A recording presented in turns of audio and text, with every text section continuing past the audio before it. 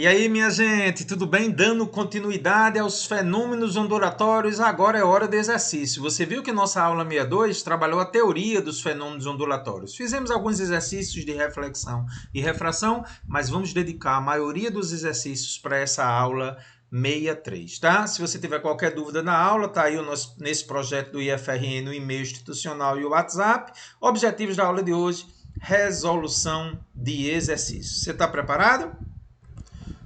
Vamos fazer um resumo da última aula? Vamos lá? Os fenômenos ondulatórios relacionam-se ao comportamento específico de ondas ocorridos durante sua propagação.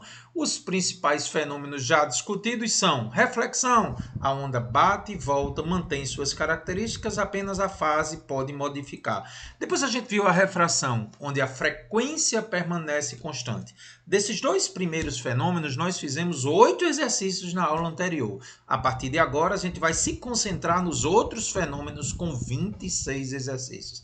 A atenuação, a onda perde parte de sua intensidade, parte de sua potência, parte de sua energia, porque ela é absorvida pelo meio em que ela se propaga. Depois nós vimos a difração, é aquele fenômeno em que a onda contorna obstáculos, onde é necessário que o comprimento de onda seja maior ou igual, ou pelo menos comparável às dimensões do obstáculo, né? A onda se espalha. Depois nós vimos a ressonância, aquele fenômeno em que uma onda vem com uma certa frequência e incide sobre um corpo que tem a sua frequência natural. Quando essas frequências se igualam, como ocorre, por exemplo, no micro-ondas, o corpo absorve a energia. Depois nós vimos a polarização, aquele fenômeno em que tipo a onda é filtrada, né? Apenas as ondas transversais podem sofrer polarização, como as eletromagnéticas. O som, por ser longitudinal, não pode sofrer polarização. Depois nós vimos a interferência, aquele fenômeno em que duas ondas se encontram, podendo ser uma interferência construtiva, reforço da intensidade, ou destrutiva, eliminação dos efeitos das ondas. Depois nós vimos um tipo de interferência, o batimento, característico das ondas sonoras, por exemplo, que é um fenômeno em que duas ondas têm frequências ligeiramente diferentes, podendo ocasionar o batimento.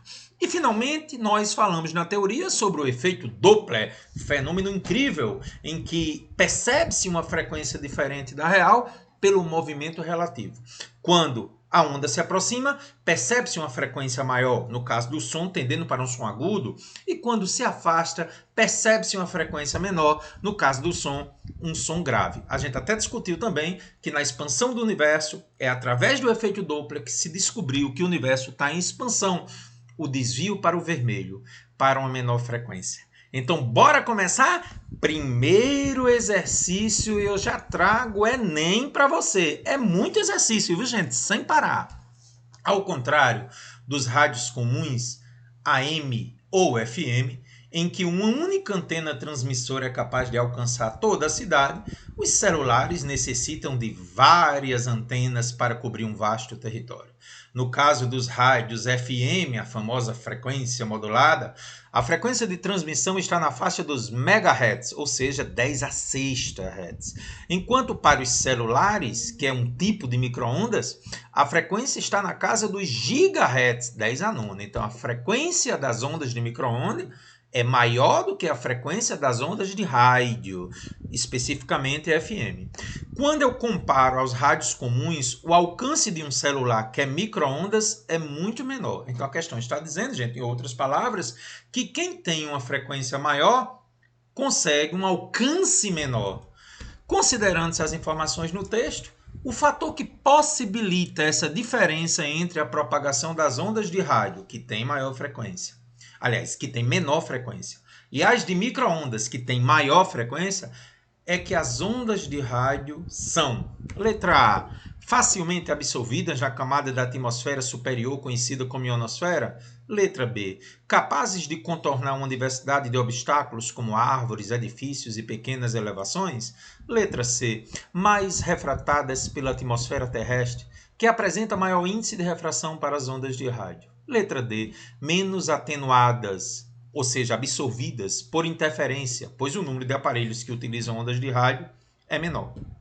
E letra E, constituída por pequenos comprimentos de onda que lhes conferem um alto poder de penetração em materiais de baixa densidade. Então vamos discutir, né, gente? Para resolver a questão, inicialmente, como a gente já adiantou, devemos observar que as ondas de rádio têm maiores comprimentos de onda que as de micro-ondas. Por que, professor? Porque as ondas de rádio, gente, têm menores frequências. 10 a sexta. Quem tem menor frequência tem maior comprimento de onda. Então, as ondas de rádio têm maior comprimento de ondas que as de micro-ondas, porque as ondas de rádio têm menor frequência. Gostei, Carlos. E a gente já sabe disso, né, gente? Por que disso? Porque para o mesmo meio, a frequência e o comprimento de onda têm essa relação inversa. Lembra que é Batman e Coringa?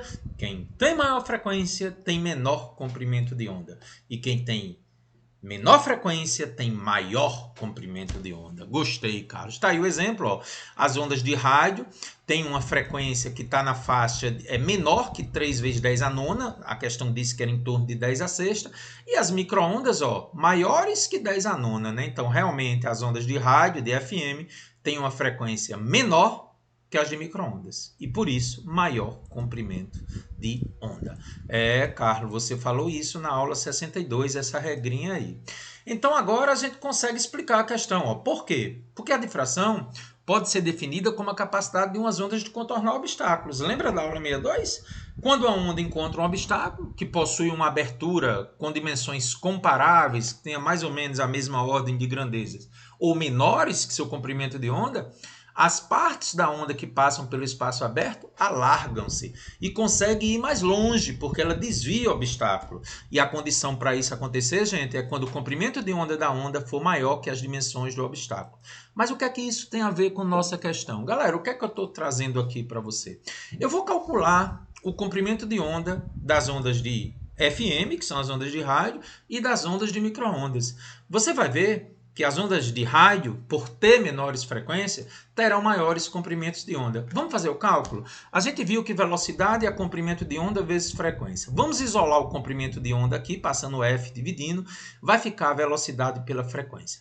A velocidade das ondas eletromagnéticas no vácuo ou ar, que é o caso, é 3 vezes 10 a oitava. Então, eu vou jogar essa fórmula aqui, tanto para as ondas de FM, como para as ondas de micro-ondas. Vamos jogar para ondas de FM. Eu vou pegar a velocidade, que é 3 vezes 10 a oitava, e dividir por a frequência, que é 10 a sexta. Eu vou deixar você fazer essa continha, tá? O expoente aqui fica 2, fica 300 metros. Então, o comprimento de onda das ondas de FM, 300 metros, tá vendo? Fazendo a mesma coisa para micro-ondas, que é em torno de 10 a nona.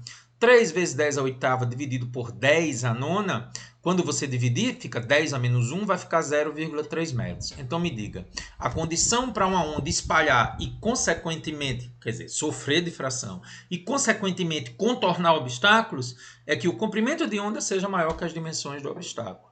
Então, eu tenho um comprimento de onda para as ondas de rádio FM, 300 metros. E micro-ondas apenas 0,3. Conclusão, as ondas de FM, as ondas de rádio, se difratam mais, ou seja, conseguem contornar obstáculos que sejam aí em torno de 300 metros. Letra B de bola, né? Então, considerando as informações do texto, o fator que possibilita essa diferença entre a propagação das ondas de rádio, que vão mais longe, sofrem mais difração do que as de micro-ondas, é que as ondas de rádio são capazes de contornar uma diversidade de obstáculos, porque seu comprimento de onda é maior, como árvores, edifícios e pequenas elevações, justificando aí algo em torno de 300 metros. Gostei, viu, Carlos? Primeira questão. Mais uma do Enem, né? Você viu como as questões são interessantes, gente? Os fones de ouvidos tradicionais transmitem a música diretamente para os nossos ouvidos. Já os modelos dotados de tecnologia redutora de ruído, cancelamento de ruído, chamado CR, além de transmitirem música, também reduzem todo o ruído inconsistente à nossa volta, como o barulho de turbinas de avião e aspiradores de pó. Os fones de ouvido CR não reduzem realmente barulhos irregulares como discursos e choros de bebês. Mesmo assim, a supressão do ronco das turbinas do avião contribui para reduzir a fadiga de ruído, um cansaço persistente provocado pela exposição a um barulho alto por horas a fio. Esses aparelhos também permitem que nós ouçamos músicas ou assistimos vídeos no trem ou no avião a um volume muito menor e mais seguro. Tá aí um textinho tirado aí de um dos sites de tecnologia. A tecnologia redutora de ruído utiliza na produção de fones de ouvido baseia-se em qual fenômeno ondulatório? Tá aí as alternativas. Você já sabe a resposta? Vamos comigo. A resposta é interferência, gente. Vamos ver por quê. O fone possui um dispositivo que emite um sinal sonoro que tem a mesma frequência, uma das condições para a gente ter a interferência, só que em oposição de fase. Enquanto o som vem com a cabeça para cima, o som emitido por esse dispositivo vem com a cabeça para baixo. E isso garante, então, a interferência destrutiva. Então, digamos que esse aqui é o ruído externo e esse aqui é o som ou sinal produzido pelo fone. O computador faz isso. Então, gente, eles interferem destrutivamente com que objetivo? Eliminar os ruídos que foi dito no enunciado. É a interferência destrutiva entre o som que vem de fora e o som emitido pelo aparelho, em oposição de fase. Interferência destrutiva, letra B. Eita, Enem fantástico. Mais uma do Enem, né? Ao assistir uma apresentação musical, um músico que estava na plateia percebeu que conseguia ouvir quase perfeitamente o som da banda, perdendo um pouco de nitidez nas notas mais agudas, de maior frequência. Ele verificou que havia muitas pessoas bem mais altas à sua frente, bloqueando a visão direta do palco e o acesso aos alto-falantes. Sabe-se que a velocidade do som no ar é 340 metros por segundo e que a região de frequência das notas emitidas é de aproximadamente de 20 Hz até 4.000 Hz. Qual fenômeno ondulatório é o principal responsável para que o músico percebesse essa diferenciação do som? Ou seja, por que em notas agudas ele perde um pouco da nitidez? Tá aí as alternativas, então vamos discutir. Mais uma vez a difração entra. Como já vimos na questão anterior, a condição para ter a difração é que o comprimento de ondas seja maiores que as dimensões do obstáculo, ou pelo menos comparável. Então tá aí, gente, o som precisa contornar obstáculos para que eu consiga perceber com nitidez. Então, o que é que eu vou fazer, gente? Vou observar o enunciado. A gente já discutiu isso. De acordo com o enunciado, os sons emitidos têm frequência entre 20 Hz. Menor frequência, anote, é o grave, é aquele som fechado. Teremos a aula de acústica na sequência. E 4.000 Hz é aquele som de maior frequência, é o som aberto. E se propagam no ar com velocidade aproximada de 340 metros por segundo. A gente já viu na primeira aula de ondas que essa é a velocidade do som aproximadamente no ar, depende da temperatura, mas é aproximadamente isso aí. Então, da expressão da velocidade, como a gente já viu na primeira questão, eu posso isolar o comprimento de onda e dividir a velocidade pela frequência. Eu vou fazer os dois cálculos. Primeiro, para o som grave, considerando uma frequência de 20 Hz, lá vou eu, ó.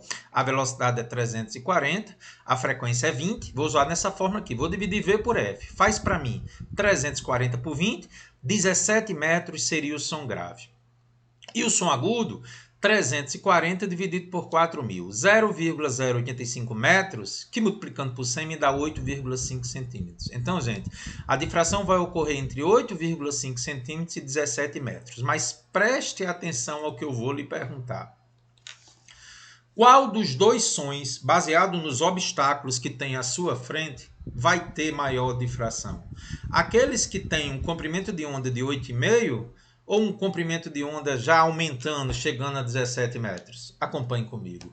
De acordo com o texto, perdendo um pouco de nitidez nas notas mais agudas. Em outras palavras, notas com frequências próximas a 4.000 Hz. Isso ocorre porque a difração é mais nítida nas ondas mais graves, ou seja, obstáculos na ordem de metros. Então, quando eu começo a ter 2 metros, 3 metros, 5 metros, se afasta muito de 8 centímetros. Então, como no teatro a gente tem dimensões muito grandes, pessoas, cadeiras, paredes, se aproximando de 17 metros.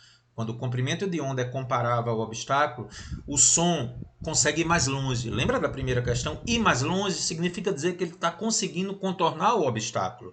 Então, o som grave, por ter maior comprimento de onda e, portanto, encontrando obstáculos próximos a ele, se difrata mais. Está aí, então, a alternativa correta, Difração é o fenômeno que explica isso. Ei, Carlos, muito massa. E agora a gente traz uma questão muito legalzinha. Ó. Em 2014, a gente teve a realização da Copa do Mundo no Brasil. Em virtude das possíveis manifestações das torcidas, os estádios de futebol foram construídos de modo a suportar as vibrações produzidas. Se todos os torcedores ao mesmo tempo começarem, por exemplo, a pular e a bater os pés no chão, as estruturas das arquibancadas podem desabar, provocando uma tragédia. O fenômeno físico que melhor descreve a situação trágica é qual desses fenômenos? Na nossa teoria, a gente viu até a queda da ponte de Tacoma, então você abriu o sorriso, já sabe que é ressonância, né, gente? Vamos relembrar? A ressonância é o fenômeno que acontece quando o sistema físico recebe energia por meio de excitações de frequência igual a uma de suas frequências naturais de vibração. Cada sistema físico tem a sua frequência natural de vibração. A gente viu até isso com o pêndulo, né? Assim, com essa igualdade de frequências, o sistema físico passa a vibrar com amplitudes cada vez maiores e podendo até causar a sua ruptura, porque ele absorveu energia. Então, letra C. Então, explicando melhor, as pessoas começam a pular em uma certa frequência. A frequência natural do material que constitui a arquibancada, geralmente cimento e ferro, é a mesma. Então, frequências iguais, o sistema absorve energia, aumentando a amplitude e pode até desabar. Gostei, viu, Carlos? Mais uma do Enem, já estamos na quinta. Um garoto que passeia de carro com seu pai pela cidade, ao ouvir o rádio, percebe que a sua estação de rádio preferida é a 94,9 FM, que opera na banda de frequência de megahertz. Na realidade, é 94,9 megahertz. Tem seu sinal de transmissão superposto pela transmissão de uma rádio pirata que tem a mesma frequência e está por ali, viu, gente? Que interfere no sinal da emissora do centro em algumas regiões da cidade. Então tem uma rádio oficial e tem uma rádio pirata que tem a mesma frequência, ó. Considerando a situação apresentada, a rádio pirata interfere no sinal da rádio do centro devido a... Galera, tá aí as alternativas, eu pergunto a você, quando você tem interferência, a condição é que elas tenham a mesma frequência. E, consequentemente, como a velocidade de propagação é a mesma, se você tem mesma frequência, mesma velocidade, pela equação da lambida na ferida, eu terei o mesmo comprimento de onda. Você não pode perder uma questão dessa, né, gente? Na interferência, eu tenho a mesma frequência e também mesmo comprimento de onda, porque a velocidade é a mesma. Então, ele colocou semelhança no comprimento de onda das radiações emitidas, é no sentido de dizer que são iguais. Na realidade, na interferência, as frequências não precisam ser necessariamente iguais. Quando elas são necessariamente iguais, eu tenho interferência construtiva total e uma interferência destrutiva total. Mas se forem próximas, também tem interferência. Só que nas ondas sonoras, a gente geralmente chama isso de batimento. Tá bom? Tá explicado isso aí? Letra E. E essa é belíssima, lá do Ceará. Para afinar seu instrumento musical, um músico poderá recorrer a um diapasão. Lembra que a gente discutiu isso na aula de teoria? É uma aula, gente, que você precisa assistir a 62 antes, tá bom? Se você está por aqui, vá lá para a 62 e dá uma pausa. Que é um dispositivo metálico capaz de vibrar em uma frequência bem definida, particularmente a frequência da nota Lá. Próxima aula em acústica a gente vai ver isso. 440 Hz. Enquanto o diapasão emite o som, o músico começa a tocar a corda de seu instrumento ao mesmo tempo. Ao ajustar a tensão na corda, este altera a afinação de seu instrumento com o intuito de tentar aproximar as duas frequências. Então, tem frequências diferentes. A do diapasão e a frequência, aí no caso do músico, é o Lá, né? São frequências próximas. Então, ele começa a afinar tentando diminuir a diferença entre as duas frequências. Durante o processo inicial de afinação, a diferença verificada entre as frequências está associada a que fenômeno? Você já matou, né? B de bola, batimento. Por quê, professor? Acompanhe comigo. O batimento acontece quando ocorre o encontro, ou seja, interferência de ondas com frequências próximas, produzindo uma onda de amplitude variável. Então, tenho duas ondas de frequências bem próximas, produzem assim o batimento. Especificamente para a questão, acompanhe comigo. Normalmente, os músicos prestam atenção nos batimentos enquanto afinam seus instrumentos. Enquanto escuta alguns batimentos, é porque o instrumento está desafinado. Logo, alteram a afinação até que a frequência do batimento diminua e eu consiga assim afinar o instrumento. Ou seja, fazer com que essa diferença das frequências seja zero, desaparecer o batimento. O ouvido humano consegue perceber batimentos de até aproximadamente 10 Hz. Portanto, letra B de bola. Haja teoria, só teoria até agora, né? Mais uma de teoria. Professor, eu não gosto de cálculo não. Então essa é a sua aula. Questão 7. Em uma das grandes disputas teóricas da física, Sir Isaac Newton, aquele mesmo das 3 leis de Newton, defendia que a luz era constituída de corpúsculos, enquanto Christian Huygens defendia que a luz era constituída por ondas. Então você imagina aí a briga dos dois. Enquanto Newton dizia, a luz é partícula, o holandês Huygens dizia, não, a luz é onda. Em 1801, Thomas Young, veja que é quase um século depois, né, da briga entre Newton e Huygens, eles ficaram brigando lá e não chegaram a nenhuma conclusão.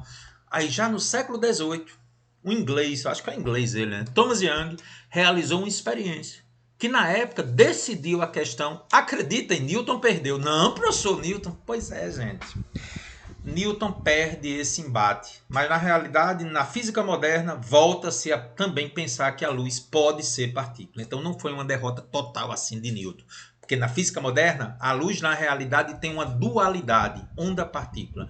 Em alguns fenômenos ela é partícula, como por exemplo o efeito fotoelétrico, e em outros fenômenos ela é onda, como por exemplo a difração. Percebeu? Então, voltando à nossa realidade aí da ondulatória, Young realizou uma experiência em que decidiu a favor de Huygens, ou seja, a luz tem um comportamento ondulatório. E esse experimento a gente já discutiu na última aula, né?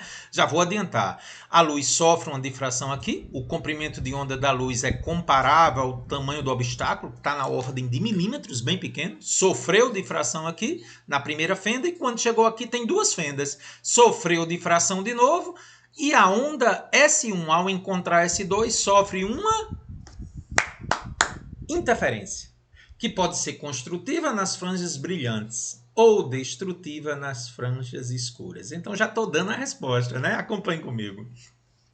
Na experiência realizada por Young, um feixe de luz monocromática, para não ter a dispersão, né, a separação nas cores, incide sobre um primeiro anteparo contendo uma fenda simples. Esse feixe sofre difração ao passar pela primeira fenda. Não foi isso que a gente falou? E segue para um segundo anteparo, contendo agora 2 fendas paralelas, as quais produzem novas difrações. Em seguida, a luz proveniente das 2 fendas atinge um terceiro anteparo, se encontrando nesse anteparo aqui, que atua como uma tela, na qual é produzida uma imagem com regiões alternadas entre interferências construtivas, brilhantes e destrutivas. A gente chama de franjas. A formação dessas franjas se deve a que fenômeno? Você já sabe. Letra D de dado. Tá aí, né, gente? Lembra que a gente discutiu isso na aula 62? Interferência, letra D. Gostei, viu, Carlos? Ei, Carlos, vem de novo com questão do Enem. É só Enem hoje, é? 8. Ao diminuir o tamanho do orifício atravessado por um feixe de luz, passa menos luz por intervalo de tempo. E próximo da situação de completo fechamento do orifício, verifica-se que a luz apresenta um comportamento ilustrado nas figuras. Sabe-se que o som, dentro de suas particularidades, também pode se comportar dessa forma. Então você está vendo, gente, que na primeira figura o buraco é grande, a luz não sofre desvio, vem em linha reta. Nos meios homogêneos e transparentes, a luz se propaga em linha reta. Isso acontece quando o comprimento de onda é superior às dimensões do obstáculo. Lembre que essa primeira figura está ilustrando a propagação retilínea da luz com aquela condição. O comprimento de onda é bem superior às dimensões do obstáculo. Aliás, desculpa, o comprimento de onda é bem inferior às dimensões do obstáculo. Essa é a condição para ter a propagação retilínea. De novo, o comprimento de onda é bem inferior às dimensões do obstáculo. Essa é a condição para a propagação retilínea.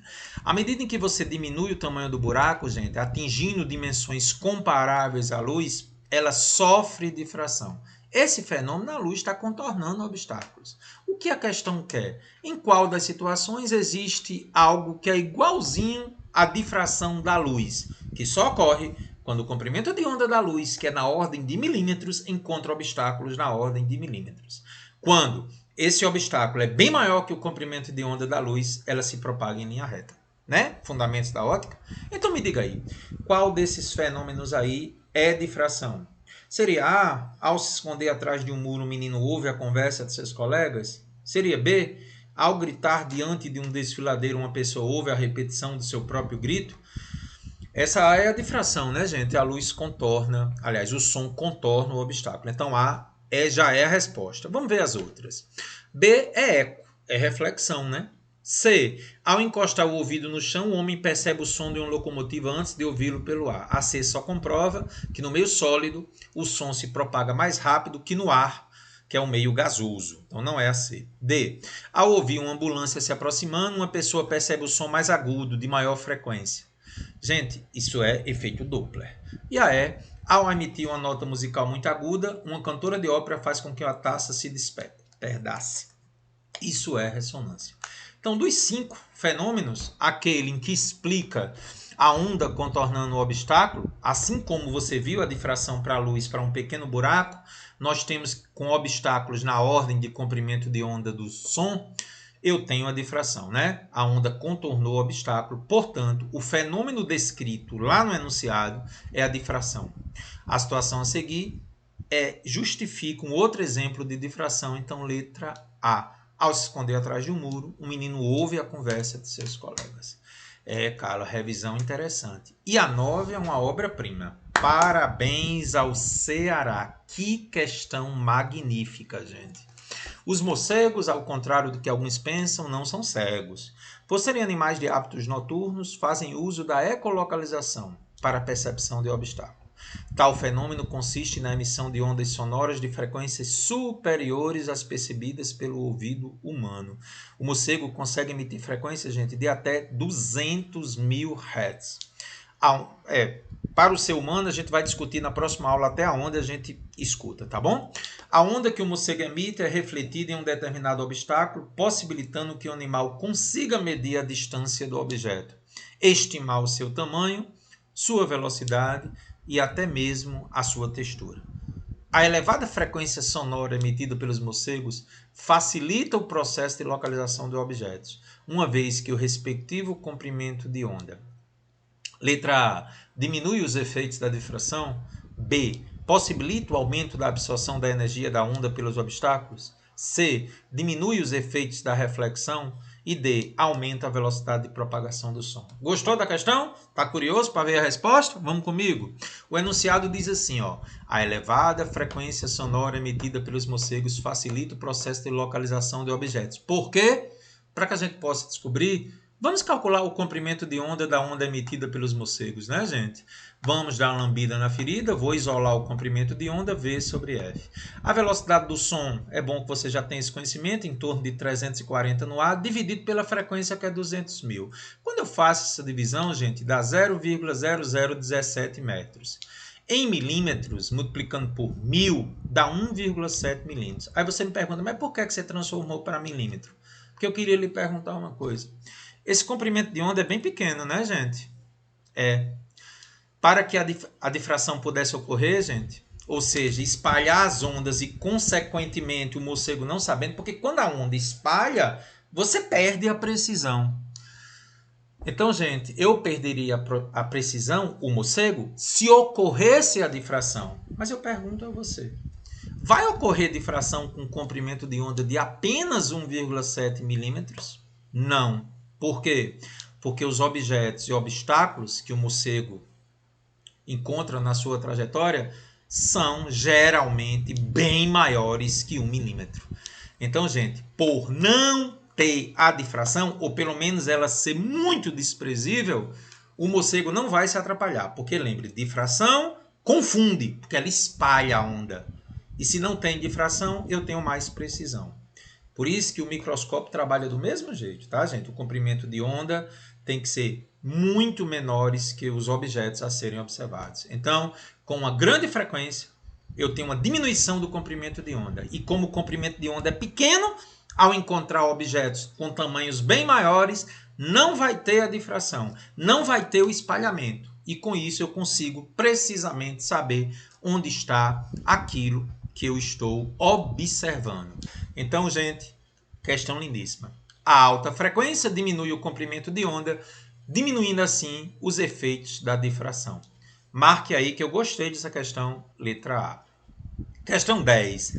Leia o texto e responda as questões a seguir. Então, bora comigo, Carlos. Lentes polarizadas. Boa parte da luz refletida em superfícies não metálicas é polarizada. O brilho do vidro ou da água é um bom exemplo.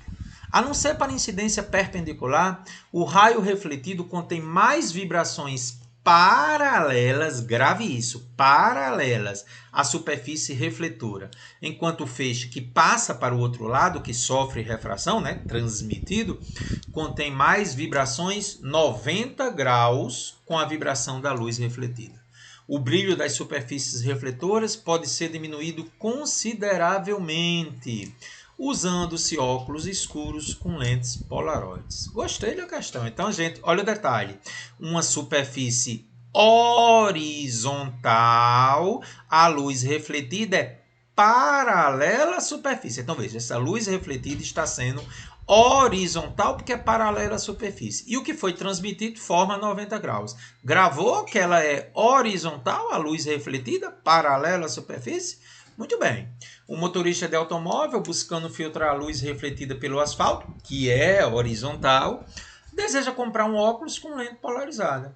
Para tanto, o eixo de polarização mais adequado é o plano. Ou seja, se eu quero evitar que a luz chegue até o fundo do olho, eu quero evitar que a luz seja polarizada. Ou seja, eu não quero que ela entre no meu olho.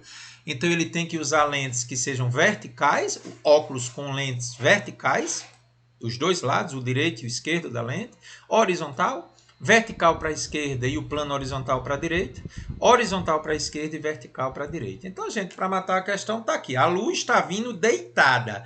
Eu não quero que ela chegue no fundo do olho, causando minha irritação na retina. Então, que polarizador eu vou usar? Vertical. Gente, entenda, se a luz vem horizontal e você coloca um polarizador vertical, ela não consegue passar. É a mesma coisa se você quiser passar com um cabo de vassoura por uma porta. Ela não passa na porta. É o que acontece aí. Note que se os filtros polarizadores de ambas as lentes forem verticais, impedem a passagem de luz polarizada horizontalmente, não sendo vistos pelo motorista. Aí eu vou evitar reflexos indesejáveis à minha retina. Percebeu? Se a luz vem horizontal, eu boto um filtro vertical para não deixar ela passar. Gostei, viu, Carlos? Então vai ser vertical para ambas as lentes, direita e esquerda.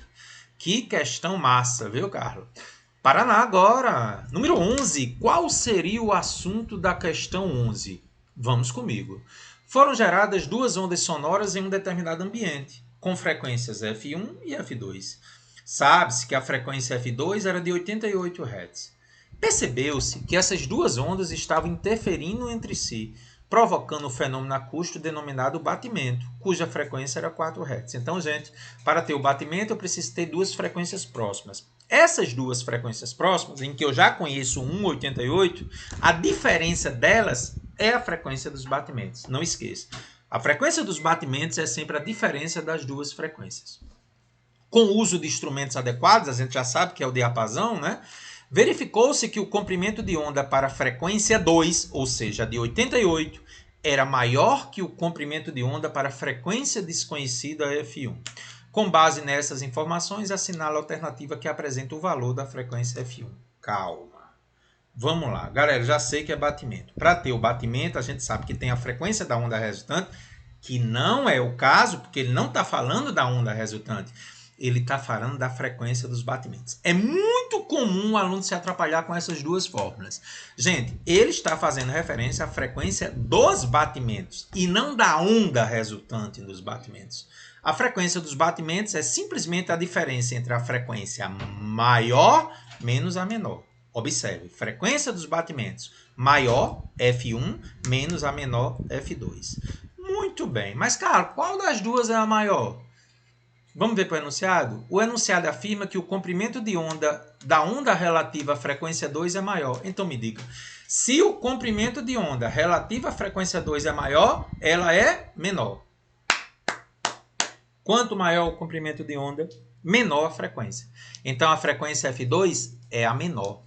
Então, gente, sendo F1 maior que F2, já foi dado a frequência dos batimentos, que é 4. F2 é a menor, porque tem maior comprimento de onda. Passando menos 88 para o outro lado dá 92. Observe, gente, que eu poderia ter achado 84 nas respostas. Isso aconteceria se o comprimento de onda de F2 fosse menor, porque aí F2 seria maior, eu teria que inverter essa fórmula aí. Então, em outras palavras, ao usar a fórmula da frequência dos batimentos, é maior menos menor. Eu estou chamando de F1 e F2, mas você poderia até escrever frequência dos batimentos é a maior menos a menor. Resposta 92, letra D de dado. E vamos lá de 12, mais uma de batimentos. Um veículo A está ultrapassando um veículo B em uma estrada retilínea e horizontal. Daqui a pouco eu mostro o desenho. Os dois veículos estão com suas buzinas acionadas, produzindo som. E esses sons têm a mesma intensidade 0 e mesma frequência F0. A velocidade VA do veículo A é ligeiramente maior que a do B, de maneira que os dois condutores conseguem ouvir batimentos, ou seja, então frequências diferentes, mas não disse na questão que a frequência era igual. Calma, está tendo um movimento relativo entre eles. Veja a figura, então B está passando por A. Muito bem, as frequências produzidas são iguais, mas tem um movimento relativo entre eles. Conforme essas considerações, é correto afirmar. Ô galera, me diga uma coisa, quando há movimento relativo entre duas fontes sonoras para um observador, como é o nome desse efeito? Efeito Doppler. Então acredite, o batimento neste caso aí, que está sendo ouvido pelos motoristas, se deve à percepção de uma frequência diferente devido ao movimento relativo de um carro em relação ao outro. Letra B. O efeito dos batimentos é causado pelo efeito Doppler. Olha as outras. A frequência do som ouvido pelo condutor de um veículo é igual à frequência do som emitido pela buzina do outro? Não, devido ao efeito Doppler. C. A frequência dos batimentos ouvidos pelos dois condutores é iguais? Não, porque um está se afastando e o outro está se aproximando. D. Um observador que está em repouso no centro da pista ouve o som emitido pelas buzinas de cada veículo com frequências iguais? Não, os carros se movem em relação a ele. Percebe-se uma frequência diferente devido ao efeito Doppler. E a letra E, o efeito dos batimentos é causado pela ressonância? Não vem ao caso. Então, realmente, efeito Doppler, né? Percepção de uma frequência aparente devido ao movimento relativo. Apesar das frequências dos carros serem iguais, os motoristas, por um estar em movimento em relação ao outro, percebem uma ligeira alteração na frequência, originando assim o batimento. Carlos, massa essa questão, B de bola. E vamos de Enem de novo. Chegamos à metade das questões e estamos aí com 37 minutos de aula. Um experimento para comprovar a natureza ondulatória da radiação de micro-ondas foi realizado da seguinte forma. Anotou-se a frequência de operação de um forno de micro-ondas e em seguida retirou-se sua plataforma giratória. No seu lugar, colocou-se uma travessa refratária, ou seja, que deixa a luz passar, com uma camada grossa de manteiga. Depois disso, o forno foi ligado por alguns segundos. Ao se retirar a travessa refratária do forno, observou-se que havia 3 pontos de manteiga derretida, alinhados sobre toda a travessa. Parte da onda estacionária gerada no interior do forno é ilustrada na figura. Então, gente, está aí as ondas estacionárias com seus ventres, ponto de energia máxima 1, 3 e 5, e os seus nós, interferências destrutivas, ponto de energia mínima 2 e 4. De acordo com a figura, quais posições correspondem a 2 pontos consecutivos de manteiga derretida? Gente, para fazer a questão, inicialmente vamos lembrar, micro-ondas funcionam com base na ressonância, né? Acompanhe comigo. O forno usa um gerador de micro-ondas do tipo magnetron para produzir micro-ondas em uma frequência de 2,45 GHz, 2,45 vezes 10 a 9 Hz, que corresponde à frequência de ressonância do átomo de hidrogênio. Na água tem logo 2, né? H2O. O nome disso é ressonância. A frequência do magnetron coincide com a frequência da água contida nos alimentos, absorvendo energia até causar o cozimento dos alimentos. As moléculas de água têm uma carga elétrica diferente entre seus poros, girando com a polaridade variável do campo elétrico. A fricção entre as moléculas, gente, é que produz a energia térmica para cozinhar os alimentos. Mas voltando à questão, a gente sabe que as regiões que têm os pontos mais altos são os ventres, energia máxima de vibração. E os pontos em repouso é nó. Então, no micro-ondas, a gente sabe, gente, que o ventre é onde tem a energia máxima de vibração, é onde a manteiga vai derreter. A manteiga vai derreter nos ventres. Se ela derreteu é porque recebeu o máximo de energia. Então, 1, 3 e 5. Procura a alternativa que tenha 1, 3 e 5. Como ele só quer 2 pontos, então seria 1 e 3, né? Letra A. 1 e 3 pontos vizinhos. 1 e 3, poderia ser 3 e 5 também, mas não tem 3 e 5, tá? Gostei da questão. Mais uma de micro-ondas, né? Lá de Goiás agora. O princípio de funcionamento do forno de micro-ondas é a excitação ressonante das vibrações das moléculas de água, confirmando o que a gente já disse na questão anterior, que é contida nos alimentos. Para evitar a fuga da radiação através da porta de vidro, os fabricantes de forno de micro-ondas colocam na parte interna do vidro uma grade metálica. Uma condição para que uma onda eletromagnética seja esperculamente refletida, bater e voltar, é que seu comprimento de onda seja maior que o tamanho das irregularidades da superfície refletora. Considerando que a frequência de vibração da molécula de água é aproximadamente 2,40 GHz, discutimos até na questão anterior, né? 2,4 vezes 10 a 9 Hz, e esse é o detalhe da questão. E que o espaçamento da grade é da ordem de 1% do comprimento de onda da micro-ondas. Conclui-se que o espaçamento é... Calma, gente. Bem devagarinho. Primeiramente, vamos calcular o comprimento de onda. Deu a velocidade das ondas eletromagnéticas e deu a frequência. Vamos calcular? O comprimento de onda é a velocidade 3 vezes 10 a oitava metros por segundo e a frequência 2,4 vezes 10 a nona Hz. Cuidado com essa divisão. 3 dividido por 2,4 dá 1,25. 10 a nona passa negativo. Então, isso me dá 1,25 vezes 10 a menos 1 metros, já que a velocidade está em metros por segundo. Transformando isso aqui, pegando 1,25 e dividindo por 10, isso dá 0,125 metros. Eu disse dividindo por 10, gente, porque esse 10 a menos 1, quando passa, ele passa 10 elevado a 1. 0,125 metros, se eu transformar em milímetros, multiplico por 1.000, 125 milímetros. A questão que é o espaçamento em milímetros, mas cuidado, ele é 1% desse valor.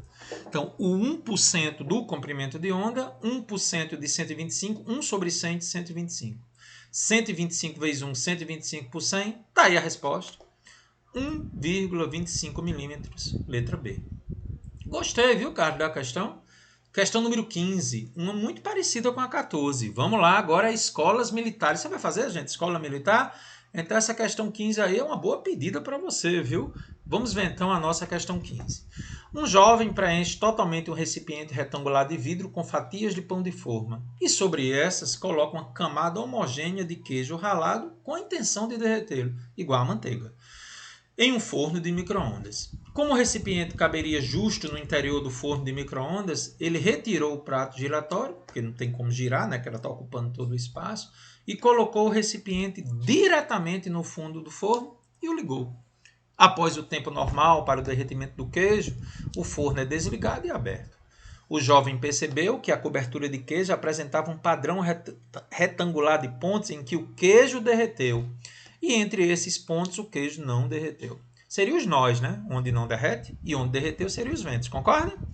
Entre os pontos que o queijo derreteu, ele percebeu que a distância era sempre 6 centímetros. Pronto, gente. Então, esses pontos onde o queijo derreteu são ventres. Claro, porque é a energia máxima de vibração e a distância entre eles é 6 centímetros.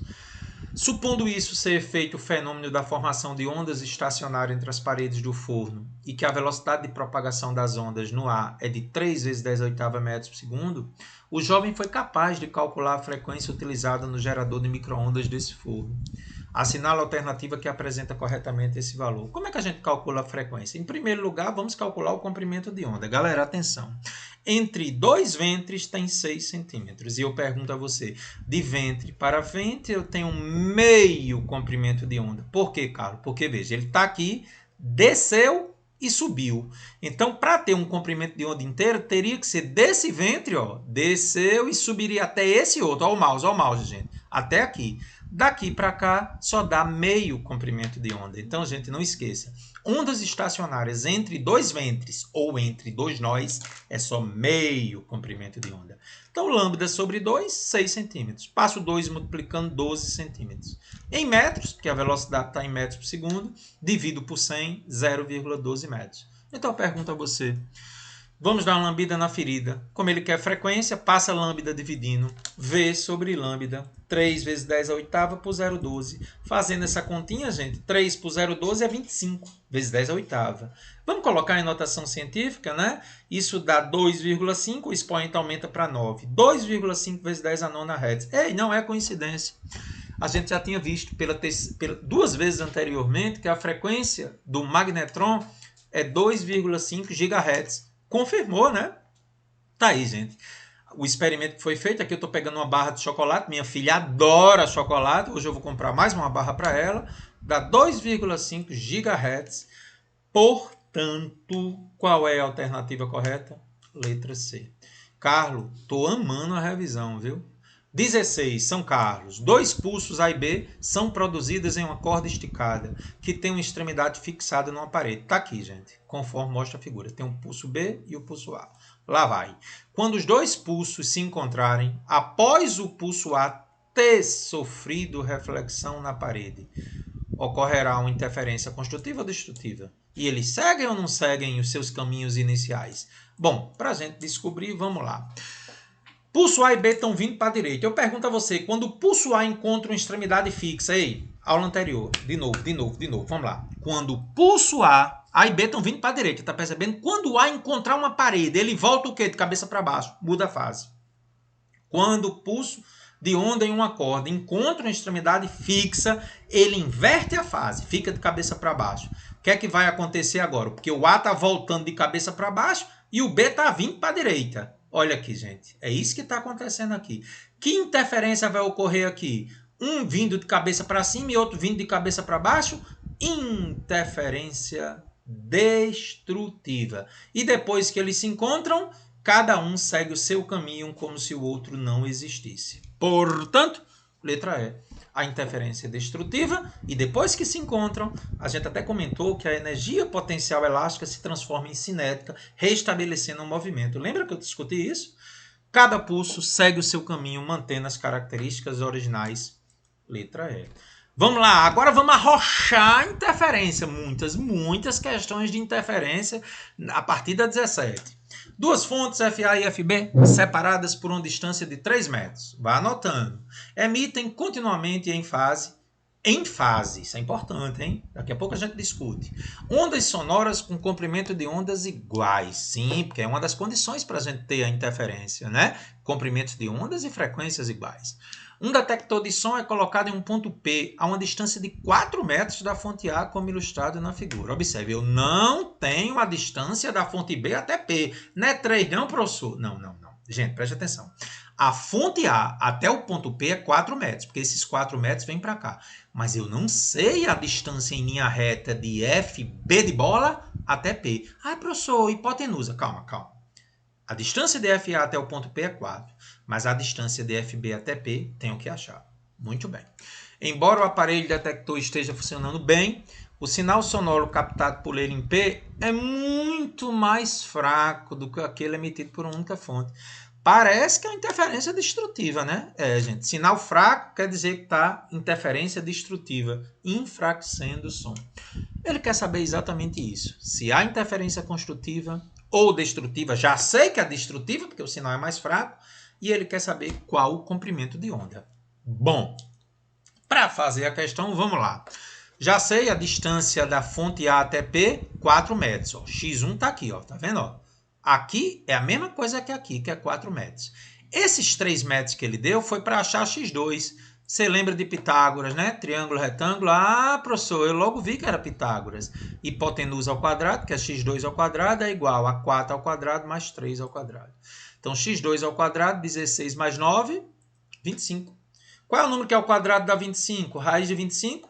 5 metros. Então, gente, uma das ondas que sai de B percorre 5 metros, que é a da fonte B, e a outra saindo de A percorre 4 metros. Como tem uma diferença de percurso, pode haver a interferência. Você ainda lembra qual é a condição para a interferência? Aula anterior. Diferença de distâncias percorridas até um determinado ponto é n vezes lambda sobre 2. Esse n tem a ver se é em fase ou em oposição de fase. Então, x2 menos x1 é igual a n vezes lambda sobre 2. 5 menos 4, x2 sempre é o maior menos o menor, tá, gente? 5 menos 4, que x2 é 5 e x1 é 4, é n vezes lambda sobre 2. Então, 5 menos 4 é 1, n vezes lambda sobre 2. Então, agora vamos isolar o lambda, né? N vezes lambda, 2 vezes 1 é 2. Então, lambda é 2 dividido por n. A dúvida do aluno é, e esse n é o quê? São valores que podem ser pares ou ímpares, dependendo do tipo de interferência. É exatamente isso agora que a gente vai discutir, tá? Se as ondas estiverem em fase, gente, esses valores de n são pares.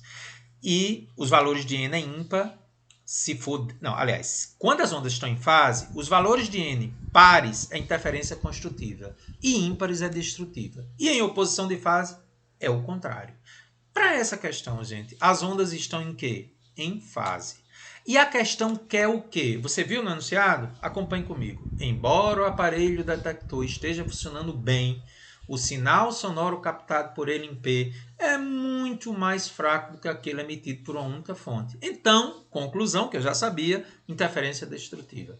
E como as ondas estão em fase, observando o slide anterior, os valores de n são ímpares. Eu não sei qual é o valor de n, mas é ímpar, é 1, é 3, é 5. Então, os possíveis valores do comprimento de onda seriam o quê? Se n for 1, substitui aqui 2 dividido por 1, 2 metros. Se n for 3, 2 dividido por 3, aproximadamente 0,67. Se n for 5, aproximadamente 0,4. Então, gente, existem vários comprimentos de onda possível para que a interferência seja destrutiva. Agora, uma coisa é certa.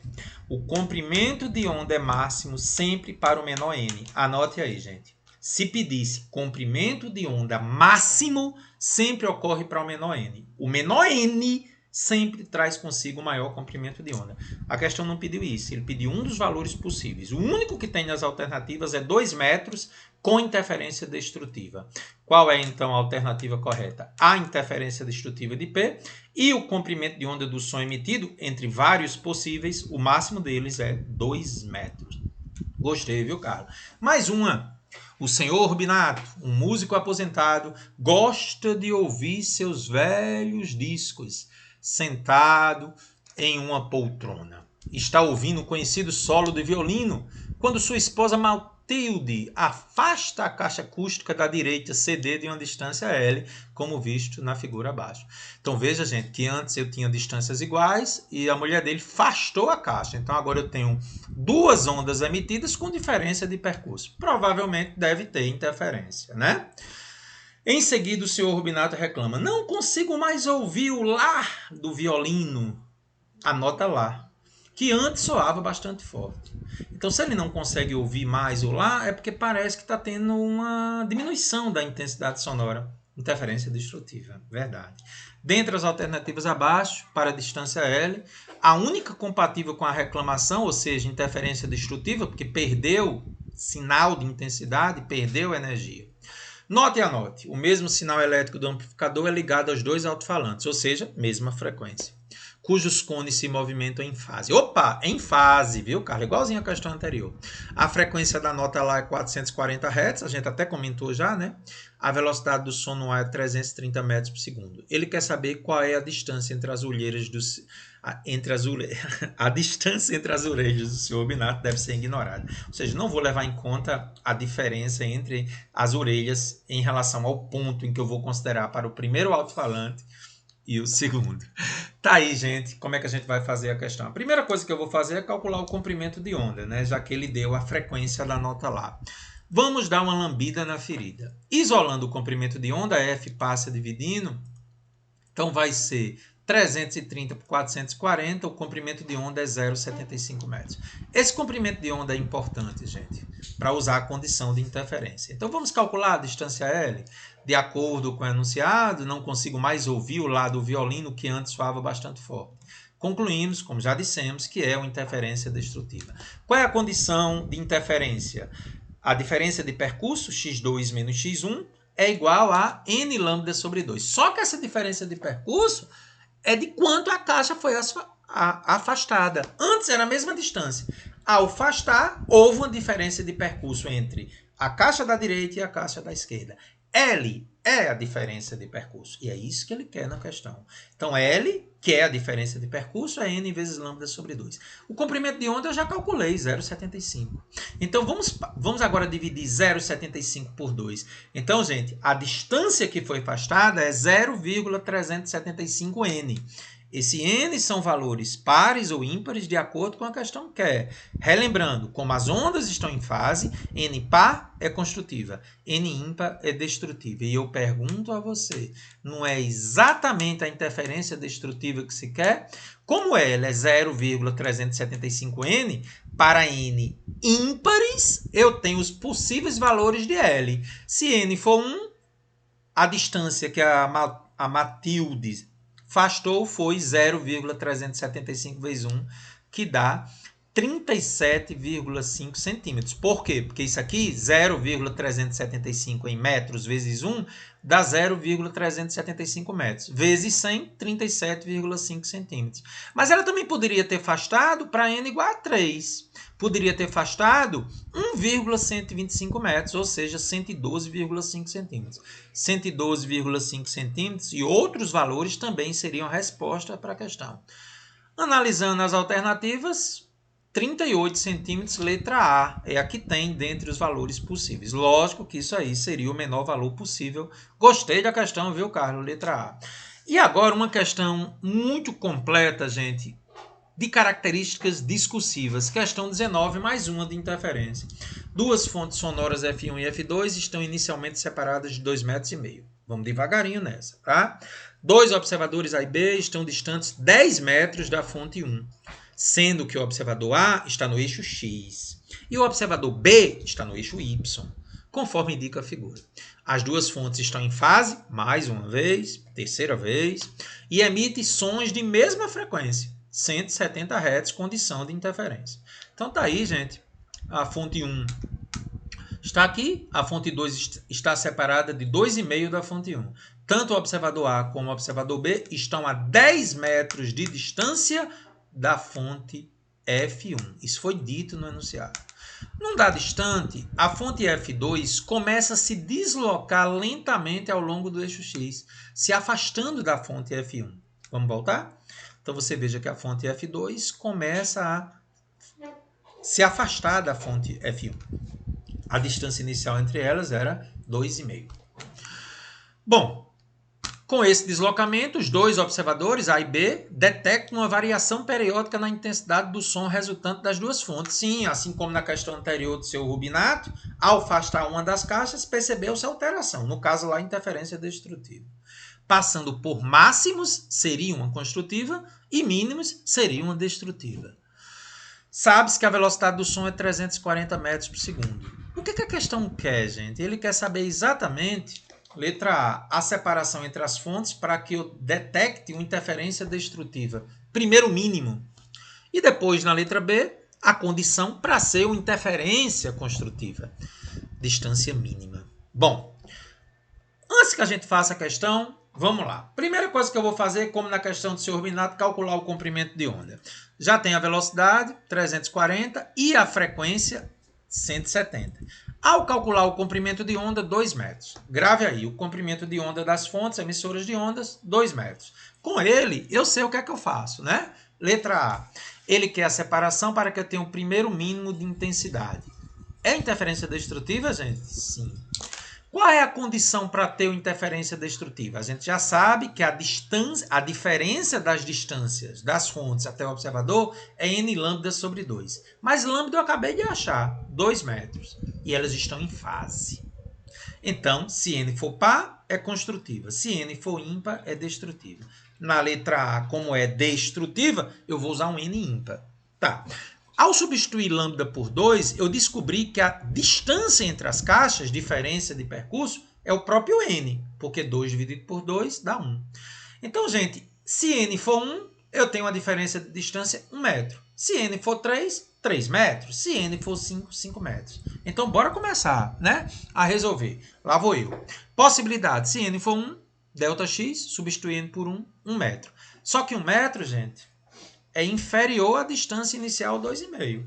Então, professor, por que é que eu não posso dizer que é 1 metro? Porque inicialmente era 2,5. Você vai fazer a partir de 2,5, porque ela começa a se deslocar a partir do momento em que eles estão a 2,5 um do outro. Então, 1 metro é inferior a 2,5. Ah, professor, mas é o primeiro mínimo. Mas é inferior à situação inicial 2,5. Percebeu o que eu estou dizendo? Se você fizer n igual a 3, vai dar 3 metros. Então, pronto, 3 metros está acima de 2,5. Ah, Carla, entendi agora. Porque se inicialmente era 2,5, elas nunca podem estar a 1 metro. Você é craque. Quando você faz n igual a 3, deu 3 metros, então eu pergunto a você. Atingiu o primeiro mínimo, pois a distância inicial era 2,5 metros. Então tá aí, gente. Quando a fonte 2 estiver a 3 metros da fonte 1, eu tenho uma primeira interferência destrutiva, que é o que pediu na letra A. E a B? Você vai fazer a mesma coisa, só que agora você deseja uma interferência construtiva. Observe que na letra A, eu estava pegando como referência o observador A. E na letra B, ele quer pegar como referência o observador B de bola. Eita, Carlos, vai pegar a diagonal. Vai, então bora. De acordo com o exposto, trata-se agora, pelo que está pedindo na letra B, já que é primeiro máximo de intensidade, uma interferência construtiva. Fazemos do mesmo jeito, né, gente? Não muda nada. O comprimento de onda continua sendo 2, a diferença de percurso vai ser n também. Só que agora ele quer interferência construtiva. N vai assumir valores de 0, 2, 4, 6, 8. Qual a diferença agora, gente? É que uma das distâncias está na diagonal. Então, veja, a fonte F2 está a uma distância x2 de B. E a fonte F1 está a uma distância de 10 metros de F1. Então, como a diferença é n, eu vou dizer que x2 menos x1 tem que ser n. Mas quem é x1? Que não muda, né? x1 vai ser sempre 10. x2 menos 10 igual a n, passa menos 10 para o outro lado, n mais 10. Então, x2 é n mais 10. Carla, entendi. Tem que ter cuidado, né? Pois é, x2 é n mais 10. Então, eu pergunto a você, se n for 0, x2 é 10. Lógico que x2 não pode ser 10. Mas por que, professor? Lógico. Galera, se a distância vertical é 10 metros e isso aqui está na diagonal, a hipotenusa de um triângulo nunca pode ser igual ao seu cateto. Ah, entendi. Até porque F2 e F1 estariam juntos na origem para isso. E elas já estão a 2,5. Se eu fizer n igual a 1, Carlos, aliás, não pode, n igual a 2, que é construtiva. Se eu fizer n igual a 2, aí x2 vai ser 2 mais 10, 12 metros. Então, pergunto a você, se x2 for 12, qual a distância entre F2 e F1? Eu não estou acreditando que eu vou ter que usar Pitágoras para descobrir, não. Pois é, gente. Do triângulo retângulo destacado, 12, que é a hipotenusa ao quadrado, é igual a 1 dos catetos ao quadrado, que é 10 ao quadrado, mais a distância entre F1 e F2, que é o que ele quer na questão, que eu vou chamar de y, tá? Então, 12 ao quadrado é 144, igual a y ao quadrado mais 100. Passa 100 subtraindo, y ao quadrado é 44. Tirando a raiz de 44, aproximadamente 6,67 metros. Então, gente, quando a distância entre a fonte F2 e F1 for 6,67 metros, a distância da fonte até B dá 12 metros, a distância da fonte 1 até B dá 10 metros, e esses 2 metros seria relativo à primeira interferência construtiva. Tá aí as alternativas. Galera, muito cuidado com essa questão, porque na letra A ele pediu em relação ao observador A, as distâncias estavam na horizontal. E na letra B ele complicou um pouco, ele quis pegar uma distância na diagonal. Revise essa questão que merece muita atenção, tá? Galera, para você ver como realmente você tem que ter muito cuidado, a questão 20 foi do Enem.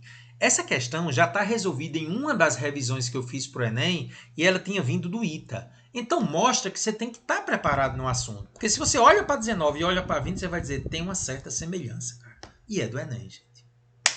O trombone de Quinker é um dispositivo experimental utilizado para demonstrar o fenômeno da interferência de ondas sonoras. Uma fonte emite ondas sonoras de determinada frequência na entrada do dispositivo. Essas ondas se dividem pelos dois caminhos, vou mostrar a você. A de amor, D de dado, C de casa, e A de amor, E de errado, C de casa. E se encontram no ponto C, na saída do dispositivo, onde se posiciona um detector. O trajeto A de amor, D de dado, C de casa pode ser aumentado pelo deslocamento dessa parte do dispositivo. Com os trajetos iguais, sem o deslocamento, capta um som muito intenso na saída.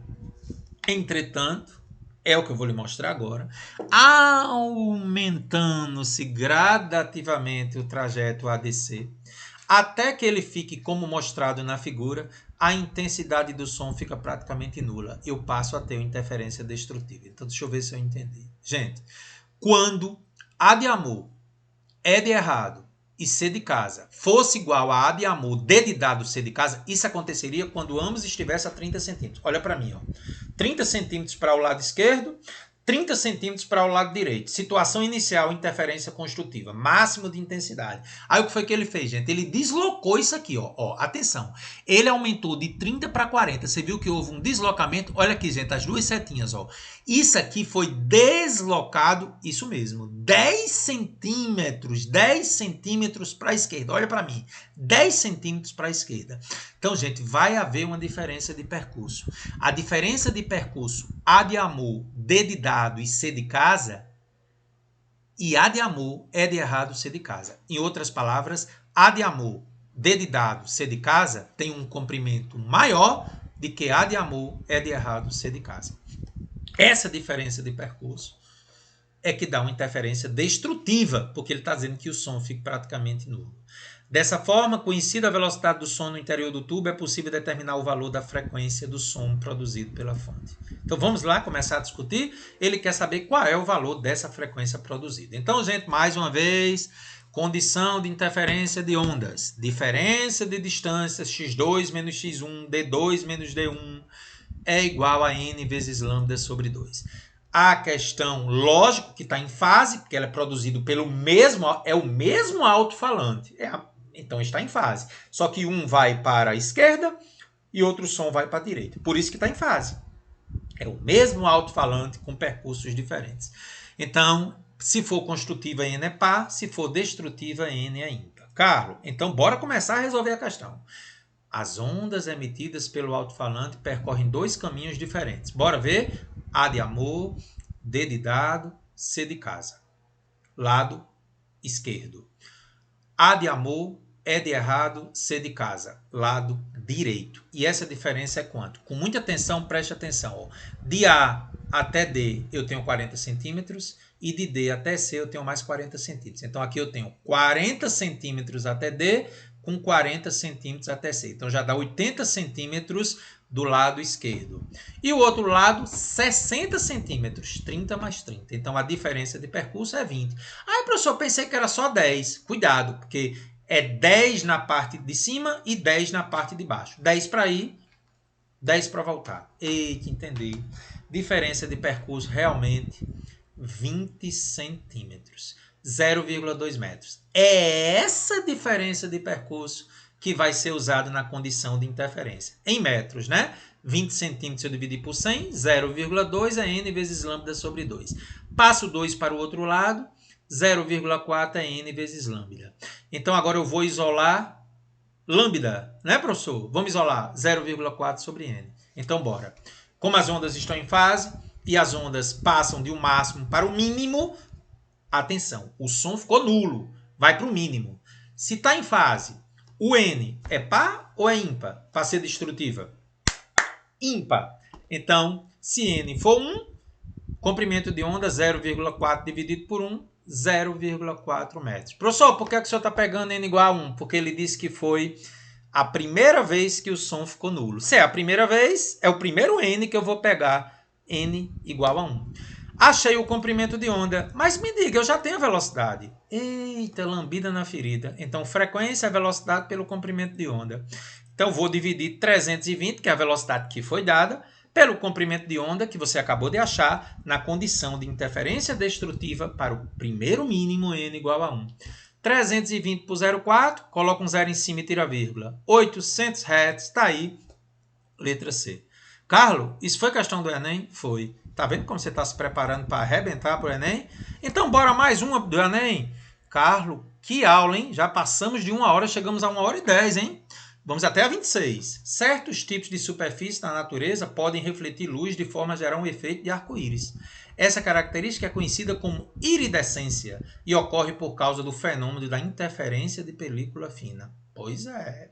A figura ilustra o esquema de uma fina camada iridescente de óleo sobre uma poça d'água.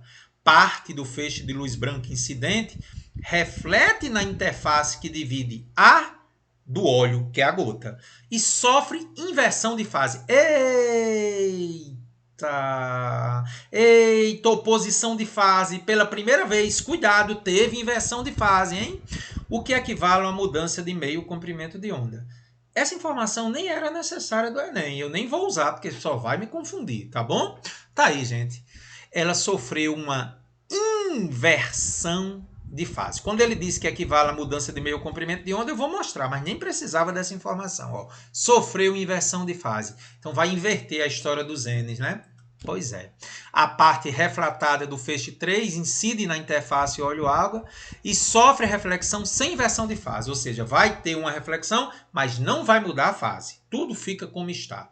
O observador indicado enxergará aquela região do filme com coloração equivalente à do comprimento de onda que sofre interferência completamente construtiva entre 2 e 5. Mas essa condição só é possível para uma espessura mínima da película. Considere que o caminho percorrido em 3 e 4, está aqui, ó, 3 e 4, corresponde ao dobro da espessura da partícula de óleo. Então, em outras palavras, ele está dizendo que a inclinação de 3 e de 4 é tão pequena que você pode considerar que a diferença de percurso 3 e 4 é para ir com E para voltar é 2E. Eu não sei se você está percebendo o que está acontecendo nessa questão. Vou tentar explicar antes da solução. O primeiro percurso é aquele em que 2 chega até o olho do observador. E o segundo percurso é aquele que 5 chega até o olho do observador. Em outras palavras, atenção aqui para mim. Olha para mim, câmera. A diferença de percurso entre 5 e 2 vai ser 2 vezes a espessura. Não entendi, cara. De novo. A onda, quando 1, ela bateu e voltou, foi a 2, percorreu esse percurso aqui. A outra, 1, entrou, bateu lá embaixo, 4 e voltou 5. Ou seja, a diferença entre o caminho 1, 2 e 1, 3, 4, 5 é 2 vezes a espessura. Ah, eu acho que eu entendi, Carlos. A onda que retornou 5, ela percorreu E mais E a mais. 2E. Entendi. Muito bem. Ok. Expressa em termos de comprimento de onda lambda, ele quer saber quanto é que vale o E. Muito bem, Carlos. Então, vamos devagar. Trata-se de interferência de ondas em oposição de fase, porque ele disse que teve uma inversão de fase. Só teve uma, viu? A outra não sofreu inversão de fase. Ó, ele disse isso aí no enunciado. Parte do feixe de luz branca incidente reflete na interface óleo e inverte a fase. Muda as condições de interferência, né, professor? Isso aí. E você lembra, né? Para ondas em oposição de fase, é construtiva agora ímpar e destrutiva par. Ok. A diferença de percurso entre as duas ondas que atinge o olho, 2 e 5, será 2 vezes a espessura. Entendeu aquela parte que eu tinha dito? Ó, enquanto o primeiro percurso, 1, 2... percorreu uma certa distância, o outro percorreu 1, mais 3, mais 4, mais 5. Qual a diferença de percurso entre o raio 5 e 2? 2 vezes a espessura da lambda. Então, esse ΔD aqui, quanto é que vale, Carlos? 2 vezes a espessura. N vezes lambda sobre 2. Carlos, e aí, o que é que acontece? 2 passa multiplicando 2E, 4E é igual a N lambda, isolando E, N vezes lambda sobre 4. Está quase no final, gente. Qual é o N que você vai pegar? No trecho, o observador indicado enxergará aquela região do filme com coloração equivalente à do comprimento de onda que sofre interferência construtiva. Já sabemos que, como estão em oposição de fase, interferência construtiva são N's ímpares. faz n igual a 1, que é o primeiro n, na expressão que você acabou de encontrar. Se você fizer n igual a 1, porque é uma interferência construtiva, a espessura mínima vai ser o quê? Faz n igual a 1, Carlos. 1 vezes lambda sobre 4, lambda sobre 4. Carlos, haveria outras espessuras além de lambda sobre 4? Sim. Se eu fizer n igual a 3, também é construtiva. Seria 3 lambda sobre 4. Se eu fizer n igual a 5, 5 lambda sobre 4. Mas, Carlos, n ímpar não é destrutiva, não? Não, porque houve a oposição de fase. Oposição de fase, gente, n ímpar passa a ser construtiva. Cuidado, viu? Portanto, lambda sobre 4, embora tivesse outras situações, mas como ele pediu a mínima, lambda sobre 4, letra A. Enem, né? Pois é. Gente, na aula anterior a gente explicou a interferência da luz. Aquela experiência de Young, lembra? É o que nós vamos fazer agora. Tem uma fórmula que foi demonstrada, nós não vamos fazer a demonstração. Vamos jogar a fórmula pronta. Você precisa ver na aula 62. E vem lá da Escola Naval, militares, né? Que eu adaptei. Observa a figura abaixo, né? Já sei que isso aqui eu estou fazendo referência às difrações que vão originar interferência em um ponto aqui. Lembra, né? Muito bem. Numa experiência da interferência de Young, em 1801, as fendas estreitas e paralelas F1 e F2, é uma das condições, é que elas sejam bem estreitas, para que eu possa ter a difração, são iluminadas com uma luz que não vai sofrer a dispersão luminosa, é uma luz de uma só cor. Monocromática de frequência F em um meio em que a velocidade da luz é 3 vezes 10 oitava metros por segundo. Obtém-se no anteparo distante um sistema de franjas, em que o máximo central é a primeira interferência construtiva, localizada em O. Está separado da primeira faixa brilhante, acima da central, segunda interferência construtiva. A do meio é a primeira interferência construtiva. Como estão em fase, N é zero. A segunda é a segunda interferência construtiva, N é 2. Primeira faixa brilhante acima da central é uma segunda construtiva, porque na posição central é a primeira, N0. A outra, N é 2, como você vai ver. E a distância entre elas é 3 milímetros. Sendo D a distância entre as fendas, que é 0,5 milímetros, e L a distância entre as fendas e o anteparo 3 metros, ele quer saber qual é o valor do comprimento de onda utilizada.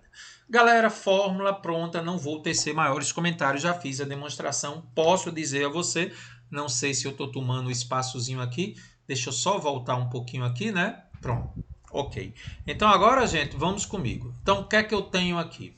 Olha o que foi que eu falei. Franja central, N igual a 0 é a primeira construtiva. Ele diz que é a primeira franja brilhante acima da central. A primeira franja brilhante é a segunda brilhante, porque a primeira é a N igual a 0, primeira construtiva. Segunda interferência construtiva, N é 2. Então, gente, a fórmula é essa. Quem é Y? Distância até a franja central. Ele já deu, vamos comentar. Quem é D? Distância entre o anteparo que está as duas fendas e a tela.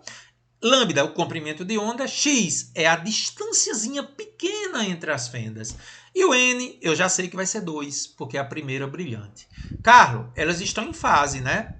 Elas estão em fase porque é a mesma luz que está passando por F1 e F2. Na experiência de Young, a gente sempre é em fase, porque é a mesma luz que sofreu difração. Então, elas sempre estão em fase. Bom, ele disse que a separação entre os máximos de intensidade luminosa é 1 centímetro aqui, tá bom? É o X. Então, vamos começar a fazer a questão. Lá vamos nós. Lá vai. Y, 3 milímetros. Tá aqui. 3 milímetros. Eu botei 3 metros, tá errado. É 3 milímetros, tá, gente? Corrija aí. D, 3 metros.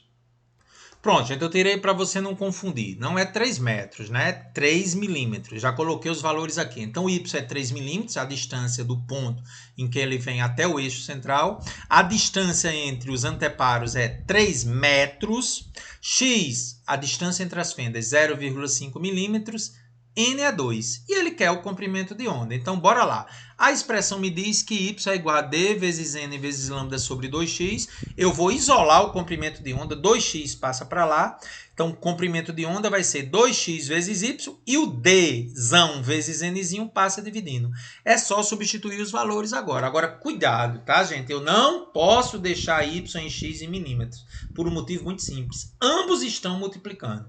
Então, o aluno às vezes se atrapalha achando que o milímetro vai cortar um milímetro. Não vai, porque eles estão multiplicando. Então, eu precisei pegar 3 milímetros, transformar em metro. Preferi logo fazer 10 a menos 3. 1 metro tem 1000 milímetros, 10 a terceira. Invertendo, fica 10 a menos 3. D, 3 metros, continua. X, já vou transformar em metro, multiplicando por 10 a menos 3, 0,5 vezes 10 a menos 3, e o N é 2. Como tudo está em metros, a minha resposta é em metro. Substituindo os valores, duas vezes, quem é o X? 0,5 vezes 10 a menos 3. Quem é o Y? 3 vezes 10 a menos 3. Quem é o Dzão? Distância entre os anteparos? 3 metros. E quem é o Nzinho? 2. Por que aqui N é 2? Mais uma vez. Primeira franja brilhante acima da central é N igual a 2. Se fosse a primeira escura, era N igual a 1. Tá bom? Substituindo aí os valores, 2 corta 2, 3 corta 3, ficou 0,5. Conserva a base e soma 10 a menos 6. Vamos fazer o seguinte, vamos andar com a vírgula 3 casas para a direita, aumentando 3 casas para a direita, 500, o expoente menos 6 fica menos 9, para a gente entrar nos nanômetros. 10 a menos 9 é nanômetros. 500 nanômetros é a frequência da luz. E só como curiosidade, seria uma luz que estaria na linha entre o verde e o ciano. Tá bom? Letra D. Ei, Carlos, tem que ter cuidado com esse tipo de questão, né? Fórmula pronta. Sugiro que você decore a fórmula, tendo em vista ser uma fórmula bem complicada para você fazer a demonstração, né? 23, vou usar a mesma fórmula.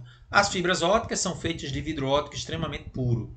Costumamos achar que uma janela de vidro é transparente. Entretanto, quanto mais espesso for o vidro, menos transparente ele será em razão das impurezas nele contidas. O vidro de uma fibra óptica possui, porém, menos impurezas que o vidro usado em janelas. Segue a descrição da qualidade do vidro produzido por uma companhia. Se você estivesse sobre um oceano feito de quilômetros de núcleo sólido de fibra de vidro, poderia ver claramente o fundo. Fazer fibras ópticas requer as seguintes etapas: elaborar um cilindro de vidro pré-formado, estirar as fibras e, a partir da pré-forma, e testar as fibras. Está aí mais um site de tecnologia. Durante a fase de estiramento das fibras, é necessário haver um controle da espessura dos fios de fibra óptica fabricados. Para isso, suponha que uma montagem experimental é configurada utilizando-se um laser com comprimento de onda de 650 nanômetros. Viu que na questão anterior foi 500. Essa aqui já é um comprimento de onda diferente, que incide sobre o fio de fibra óptica com um revestimento opaco, conforme ilustra a figura 1.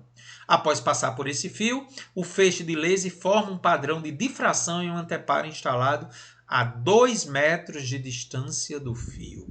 A representação esquemática desse padrão está mostrada na figura. Então, gente, uma questão praticamente idêntica à questão anterior. Você sabe quem é o ΔX, né? Faz o papel do Y, a distância entre a franja central e a primeira aqui, né? Ele está chamando ΔX, mas a gente sabe que é Y, porque às vezes as questões mudam os nomes, né? Sabendo que a separação entre os máximos de intensidade luminosa, ou seja, o Y é 1 centímetro, qual é o valor do diâmetro do fio? Galera, o diâmetro do fio é a abertura da fenda. Tá bom? Então, como é que a gente vai fazer essa questão? De forma semelhante à anterior, mais uma vez o N é igual a 2, porque você viu que era a primeira brilhante. Tinha a central e tinha o ΔX com a primeira brilhante. Por coincidência, N é 2. Então, Y é o ΔX, a distância entre a central e a primeira, que é 1 centímetro, transformei em metros, 10 a menos 2 metros. D é a distância entre os anteparos, está no enunciado 2 metros. Lambda é o comprimento de onda, 650 nanômetros, 650 vezes 10 a menos 2. E o que ele quer é a largura da fenda, que nada mais é do que a espessura do fio lá. Vamos substituir os valores, né, Carlos? Pois é. Substituindo os valores, o que é que vai acontecer agora? Vamos lá, então.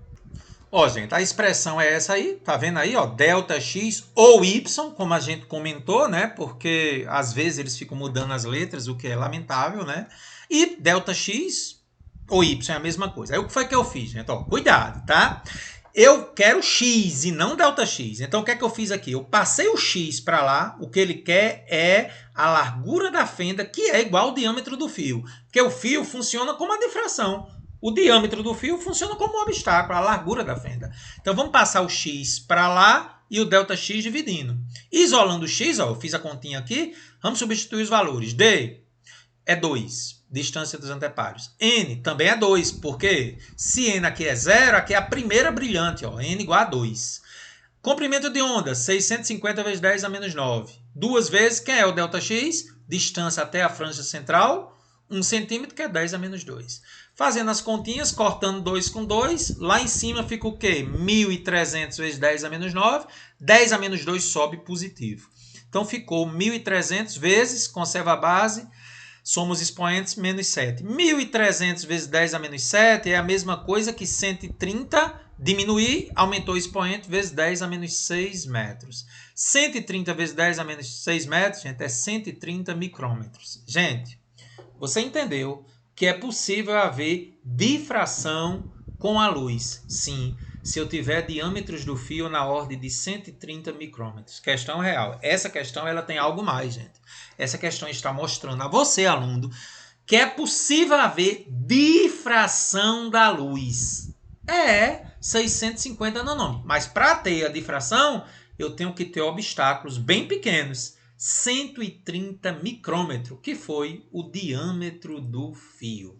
Letra B. Gostei, cara. E vamos de efeito Doppler, nossas 3 últimas questões. Questão número 24. O efeito Doppler é caracterizado por uma mudança da frequência de uma onda percebida por um observador em virtude do movimento relativo, de aproximação ou de afastamento, entre a fonte e esse observador. Tal efeito apresenta muitas aplicações práticas, dentre elas a determinação da velocidade de rotação de um tornado por uma antena de radar. Para isso, a antena pode medir a velocidade das gotas de água que se movem em direção à antena de um lado e que se afasta da antena do outro lado. Algumas gotas se aproximam, outras se afastam. Tá aí, gente. As que se aproximam é da região A, tá vendo? Ó, gotas que se aproximam da antena do radar, e as que se afastam é da região B, gotas que se afastam da antena do radar, o que resulta em um cálculo para a determinação da velocidade. Levando em consideração o texto e os conhecimentos científicos sobre o efeito Doppler, qual é a alternativa que apresenta a explicação correta para que eu possa determinar a velocidade de rotação do tornado? Bom, as alternativas estão aí, vamos à solução e a gente retorna daqui a pouco com as alternativas. Galera, já vou lá para a explicação. Na região A, olha a região A frequência aparente da onda refletida é maior. Por quê, professor? Porque na aproximação entre as gotas de água e a antena do radar, a frequência aparente aumenta ou o comprimento de onda diminui. Nunca esqueça disso, gente. Se ocorre a aproximação, percebe-se uma frequência aparente maior. Se ocorre um afastamento, uma frequência aparente menor. Então já temos condições de ver que a alternativa correta é a A. Na região A frequência da onda refletida é maior do que na região B. Isso ocorre porque, na aproximação entre as gotas de água no tornado e a antena, a frequência aumenta. Gostei da questão teórica, viu, Carlos? Voltaremos a falar sobre ela na última questão de hoje ainda, viu? Com cálculo. 25. Brilhante. O que define a frequência de uma onda mais uma do efeito Doppler? É a penúltima da nossa aula de hoje. O que define a frequência de uma onda, seja mecânica ou eletromagnética, é a fonte. Mecânica, som, eletromagnética, geralmente luz. Mas existe uma situação em que a frequência percebida por um observador é diferente da frequência emitida pela fonte, reforçando o efeito Doppler. Essa diferença entre a frequência percebida e a emitida é explicada pelo efeito Doppler. Esse fenômeno é consequência do movimento relativo, como você já sabe. Vamos analisar agora um cálculo, né? A seguinte situação. Uma viatura da polícia se move com velocidade constante, com a sirene ligada, emitindo uma frequência real, frequência da fonte, de 900 Hz. Um observador parado na calçada observa o movimento da viatura e ouve o som da sirene com uma frequência maior. Então me diga, está se aproximando? Percepção de uma frequência aparente diferente da real, aproximação. Então, se o observador está percebendo uma frequência de 1000, há uma aproximação entre a fonte e o observador. Sabendo que a velocidade do ar é 340 metros por segundo, ele quer saber qual é a velocidade da viatura. Eu já sei que ela se aproxima. Ou vai ser A de amor, C de casa, ou E de errado. Por que ela se aproxima? Porque o observador percebe uma frequência aparente maior que a real. Muito bem, vamos calcular a velocidade. Pela primeira vez, a gente vai fazer um cálculo do efeito Doppler. Lá nas nossas revisões já tem outros cálculos. Então, bora. Qual é a fórmula do efeito Doppler? Sempre assim, gente. Ó, observador em cima, velocidade do observador embaixo. Frequência da fonte em cima, velocidade da fonte embaixo. Atenção, olha como é fácil. Do lado esquerdo, observador, observador. Do lado direito, fonte, fonte. E aqui sempre tem V. Esse V é a velocidade do som. E aqui é mais ou menos. Então, vamos ver se aprendeu? Frequência do observador, velocidade do observador. Frequência da fonte, velocidade da fonte. Dos dois lados tem V. E aqui é mais ou menos, mais ou menos. Convenção de sinal. Não esqueça. Gente, atenção. Não é positivo para a direita, não. Não é isso. Atenção. Observador para a fonte. Onde é que a fonte está? Onde é que o observador está? Observador para a fonte. Não interessa se é para a esquerda, para a direita, para cima ou para baixo. De novo. O positivo é observador para a fonte. Poderia ser no sentido contrário que está aí. Você olha onde está o observador, olha onde está a fonte. Coloque positivo do observador para a fonte. Tudo que vai do observador para a fonte é positivo. E tudo que vai da fonte para o observador é negativo. Percebeu? Com relação à velocidade do som, não. Ela é sempre positiva. Então, bora. FO, frequência aparente. Frequência observada pelo observador. VO, velocidade do observador. Nesse caso, ele está parado, é zero, né? FF, frequência aparente. Frequência percebida pelo observador. Aqui é F... Não, frequência da fonte. Vamos ajeitar isso aí, gente. Ó, gente, ajeitei. É frequência da fonte, FF, evidentemente, né? VF, velocidade da fonte, e V, velocidade do som. Então, bora começar a fazer frequência percebida pelo observador. Sempre valores positivos para a frequência, tá? Frequência do observador é 1000, é a que ele percebe. Velocidade do observador, 0, tá parado. Frequência da fonte, 900, é a frequência da ambulância, a frequência real, alguns autores chamam. Velocidade da fonte, não sei. E a velocidade do som, 340. Então, bora começar. Observador para a fonte é positivo, então bora. Lá vou eu. Vou substituir. Frequência do observador, 1000. Velocidade do som, 340 mais 0. Frequência da fonte, 900, dividido pela velocidade do som, 340. Ei, velocidade da fonte é o que eu quero. Atenção agora. Gente, eu sei que a velocidade da fonte é negativa. Sim. Sei, porque ela está vindo da fonte para o observador. Mas deixa eu lhe dar uma dica. Sempre coloque mais, já sabendo que no final vai ser menos. Então é muito importante que em física, a gente já fazia isso muito em colisões lá em momento linear. Quando você não sabe um valor, mesmo que você sabe que seja negativo, mantenha positivo lá na equação. E no final você vai ver que dá negativo. Isso evita que você se atrapalhe. Em colisões a gente viu bem isso, né? Então acompanha o que eu escrevi aqui, ó. Quando não se tem o valor, velocidade da fonte, eu não tenho, mantém-se o valor positivo aqui, ó. Mais ou menos eu boto positivo aqui. Se eu já tivesse, eu botaria menos aqui. Note que o resultado que eu vou encontrar vai ser negativo. Eu já tenho que ter isso na cabeça. Eu mantenho positivo, já sei que vou achar negativo. Vamos ver se é mesmo? Bora. Lá vou eu. Aqui em cima ficou 1000 por 340. Aqui 900 por 340 mais VF. O que é que eu vou fazer agora? Eu vou cruzar. Ó. 340 vezes 1000 dá 340 mil. VF vezes 1000 dá 1000 VF. E 900 vezes 340 dá 306 mil. Passa o 340 mil para o outro lado. 306 mil menos 340 mil menos 34 mil. Corta os zeros, confirmou. Velocidade negativa. Eu já sabia, cara, que era negativa. Gente, siga esse conselho. Bota positiva, já sabendo que você vai achar negativa. Isso evita que você se atrapalhe, principalmente em colisões. Então, a velocidade da viatura, menos 34 metros por segundo. O resultado menos significa dizer que realmente ela está se aproximando do observador, porque eu botei positivo para a direita. Letra E. Gostei, Carlos. E a nossa despedida vem lá de uma questão do Enem. Os radares comuns transmitem micro-ondas que refletem a água, gelo e outras partículas na atmosfera. Lembra que é parecida com a 24?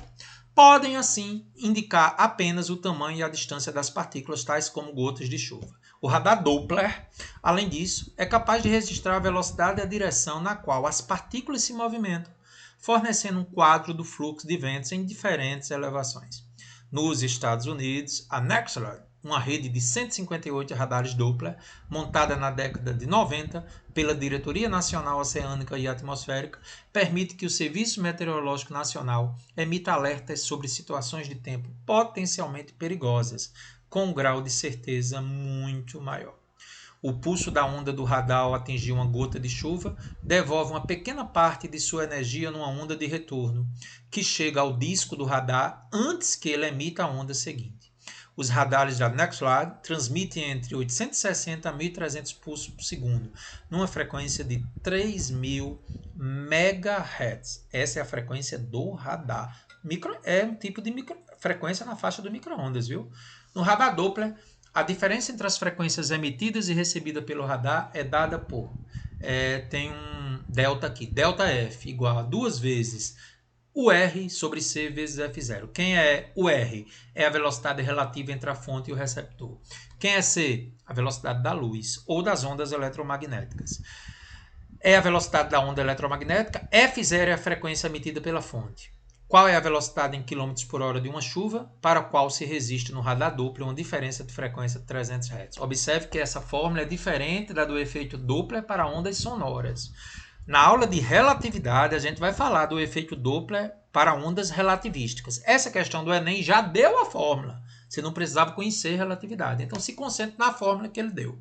Está aí as velocidades que foram dadas. Então, para fazer a questão, vamos isolar inicialmente o R, que é o que ele quer. A velocidade relativa é a velocidade em relação à fonte, que está parada, é zero. Então, vamos isolar o R. O C passa multiplicando o ΔF, que é a diferença de frequência, ficou 2 vezes o R vezes a frequência F0. Isolando o R, ΔF vezes C dividido por 2F0. Questão de aplicação de fórmula, tá, gente? Deu a diferença de frequência, 300 Hz. Vou colocar em notação científica, você vai entender por que daqui a pouco. 3 vezes 10 ao quadrado Hz. Velocidade da luz ou das ondas eletromagnéticas, 3 vezes 10 à oitava. F0, 3.000 MHz. Cuidado agora. Mega é 10 a sexta. Mas antes, 3.000 eu posso escrever como 3 vezes 10 a terceira MHz. Mega é 10 a sexta. Então aqui vai ficar 10 a terceira com 10 a sexta, 3 vezes 10 a nona Hz. Está vendo? Que é uma frequência na ordem dos micro-ondas. Vou substituir agora os valores, gente. Questão só para aplicação de fórmula. Diferença de frequência 300, que é 3 vezes 10 ao quadrado. Velocidade 3 vezes 10 à oitava. E a frequência emitida pelo radar, que é uma frequência na faixa de micro-ondas, 3 vezes 10 à nona. Vamos substituir? Bora? Que ele quer a velocidade relativa. 3 vezes 10 ao quadrado, vezes a velocidade 3 vezes 10 à oitava, dividido por 2 vezes 3 vezes 10 à nona. Posso cortar um 3 com um 3. Aqui em cima fica o quê? 10 ao quadrado com 10 à oitava fica 10 à décima. 3 vezes 10 à décima. E embaixo, 2 vezes 10 à nona. E o que foi que eu fiz agora? Passei o 10 a 9 negativo. Ficou 3 vezes 10 elevado a 1 dividido por 2, né? Ou seja, 3 por 2, 1,5 vezes 10. Eu já poderia ter colocado direto 15 metros por segundo, porque aqui daria 30, né? 10 elevado a 1, 10 vezes 3, 30 por 2, 15. Só que está em quilômetros por hora. Como é que transforma metro por segundo por quilômetro por hora, gente? Multiplico por 3,6, 54 quilômetros por hora. Temos aí letra D de dado. Bem, gente, eu acho que você percebeu, né, a minha preocupação com esse assunto, né, sobre esse brilho do luar, assunto que cai demais em Enem, né, 26 questões com mais 8, 34, quer dizer, aulas bem longas, mas importantes. A gente vai finalizar agora com a trilogia de acústica. Vamos ver os fundamentos da acústica na próxima aula, depois cordas e depois tubos sonoros. Até mais!